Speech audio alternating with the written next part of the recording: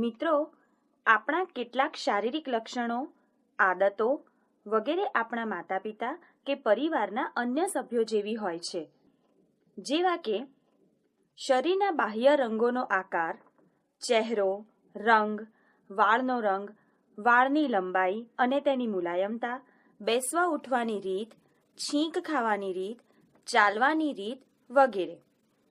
આપણી આંખોનો રંગ, ગાલમાં પડતા ખંજન, શરીરની ઊંચાઈ, પહોળું કે તીક્ષ્ણ નાક, અવાજ વગેરે લક્ષણો માતા કે પિતા તરફથી મળતા હોય છે, જે આપણા માતા પિતા કે અન્ય સગા સંબંધી જેવા જ હોય છે. આમ બાળકને જન્મ સમયે માતા પિતા તરફથી જે લક્ષણો મળે છે તેને વારસાગત લક્ષણો કે આનુવંશિક લક્ષણો કહે છે. તમારા શરીરના કયા લક્ષણો કોના જેવા છે તે જાતે તમારા માતા પિતાની મદદથી જાણો. આપણે જાણીએ છીએ કે કુટુંબમાં બધા સભ્યો જુદા જુદા સંબંધથી એકબીજા સાથે જોડાયેલા હોય છે, જેમ કે માતા પુત્ર, પિતા પુત્રી, દાદા પૌત્રી, દાદી પૌત્રી, માસી ભાણેજ, કાકા ભત્રીજો, ભાઈ બહેન, નણંદ ભાભી વગેરે.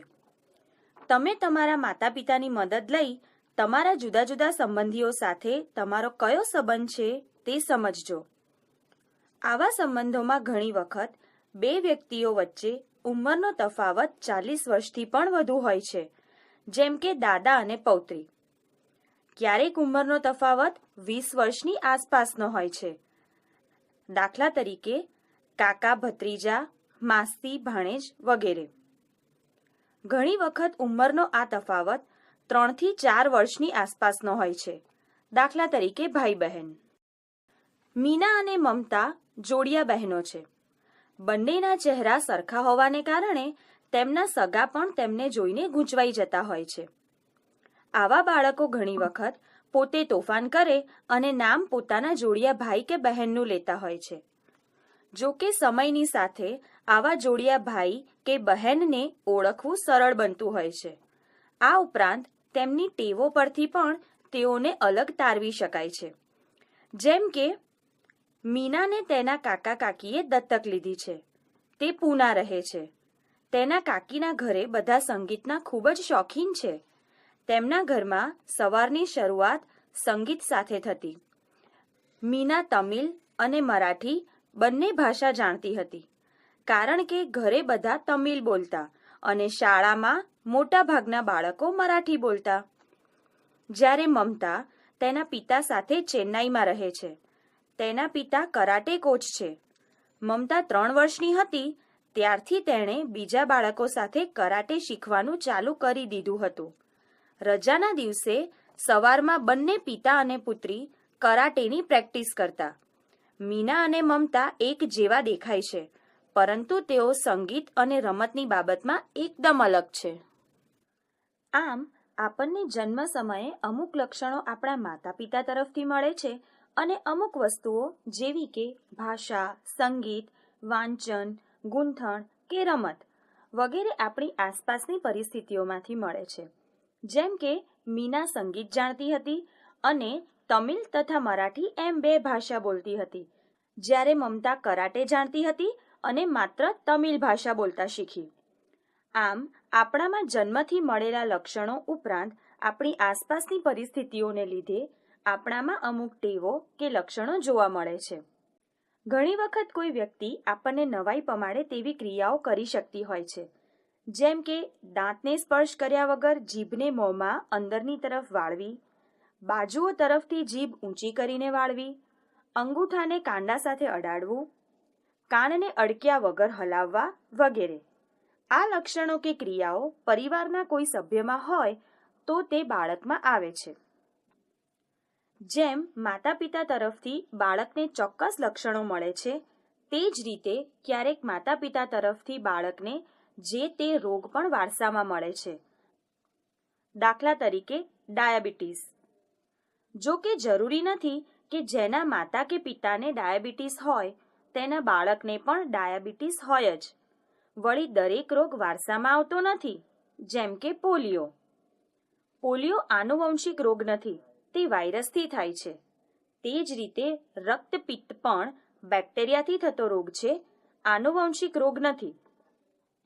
એટલે કે કોઈ માતા કે પિતાને પોલિયો હોય તો તેના બાળકને પોલિયો થાય જ એવું શક્ય નથી. કેટલાક આંખના રોગો, સોરાયસિસ જેવા ચર્મરોગ, હોમોફોલિયા, ડાયાબિટીસ, આલ્ફા બીટા થેલેસેમિયા, વાઈ, અલ્પબુદ્ધિ, મંદબુદ્ધિ, બહેરાપણું, બોબડાપણું વગેરે જેવા રોગ આનુવંશિક છે, જે પરિવારના સભ્યો દ્વારા બાળકને વારસામાં મળે છે. ઈસવીસન 1822માં ઓસ્ટ્રિયાના ગરીબ ખેડૂત પરિવારમાં ગ્રેગર મેન્ડેલનો જન્મ થયો હતો. તેમને અભ્યાસનો ખૂબ જ શોખ હતો, પણ પરીક્ષાની વાત આવતા જ ગભરાઈ જતા. અભ્યાસ કરવાના નાણાં નહોતા, તેથી તેમણે એક મઠમાં સાધુ બનવાનો વિચાર કર્યો અને મઠમાં રહ્યા. તેમણે 7 વર્ષ સુધી સાધુના મઠના બગીચામાં વટાણાના લગભગ 28,000 છોડ પર પ્રયોગો કર્યા. તેમણે સખત મહેનત કરી, ઘણા અવલોકનો ભેગા કર્યા અને નવી શોધ કરી. તેમણે શોધી કાઢ્યું કે વટાણાના છોડમાં કેટલાક લક્ષણો એવા છે કે જે જોડીમાં હોય છે. જેમ કે જે છોડના બીજ ખરબચડા કે લીસા હોય, કોઈ પીળા કે લીલા હોય, કોઈ છોડ ઊંચો કે નીચો હોય વગેરે. તેમણે પ્રયોગો કરીને પોતાના તારણો જણાવ્યા. જેમ કે બીજ ખરબચડા કે લીસા હોય, તે છોડની આવનારી પેઢીના છોડના બીજ પણ ખરબચડા કે લીસા હશે. કોઈ બીજ થોડા ખરબચડા કે થોડા લીસા એવા મિશ્રિત નહીં હોય.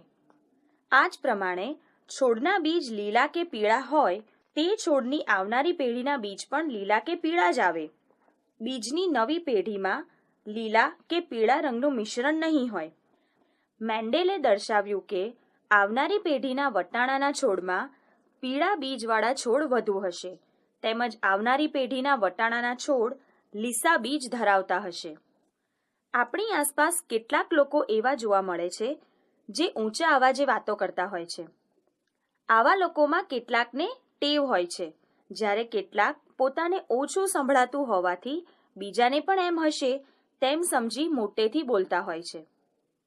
આપણે આપણા વડીલો સામે ધીમા અવાજે વાત કરીએ છીએ, કારણ કે આપણે તેમને માન આપીએ છીએ.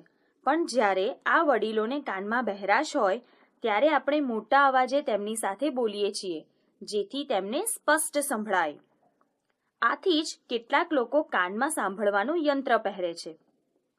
જેમની આંખો નબળી થઈ ગઈ હોય તેઓ મદદ માટે લાકડી કે ચશ્માનો ઉપયોગ કરે છે. બહેરાપણું, આંખોની જોવાની શક્તિ નબળી હોવી જેવી બીમારી જન્મથી પણ હોઈ શકે છે કે પરિસ્થિતિજન્ય કે ઉંમરને કારણે પણ હોય છે. આમ થોડા લક્ષણો કે ટેવો આપણને પરિવાર તરફથી મળે છે. થોડી વસ્તુઓ અને આવડત આપણે આસપાસની પરિસ્થિતિઓમાંથી શીખીએ છીએ. સમય સાથે આપણી આવડત કોઈ બીમારી અથવા વધતી ઉંમરને કારણે પણ બદલાય છે. ભારતમાંથી પોલિયો દૂર થાય તે માટે સરકાર દ્વારા વર્ષમાં 2 વખત પલ્સ પોલિયો અભિયાન ચલાવવામાં આવે છે. આ અંતર્ગત 5 વર્ષ સુધીના દરેક બાળકને પોલિયોની દવાના 2 ટીપા પીવડાવવામાં આવે છે, જેથી ભવિષ્યમાં તે બાળકને પોલિયો ન થાય.